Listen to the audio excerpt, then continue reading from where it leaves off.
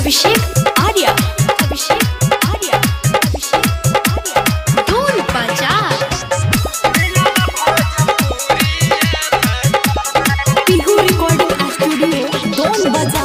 कवना करा के सल्ला लुटत हर मजा सजा भइल हमार। कवना करा के सल्ला लुटत हर मजा सजा भइल हमार। अरे आधी आधी रतिया हिलावतावे खटिया मिलल भोजपुरिया भातार। अरे आधी आधी रतिया हिलावतावे खटिया मिलल भोजपुरिया भातार।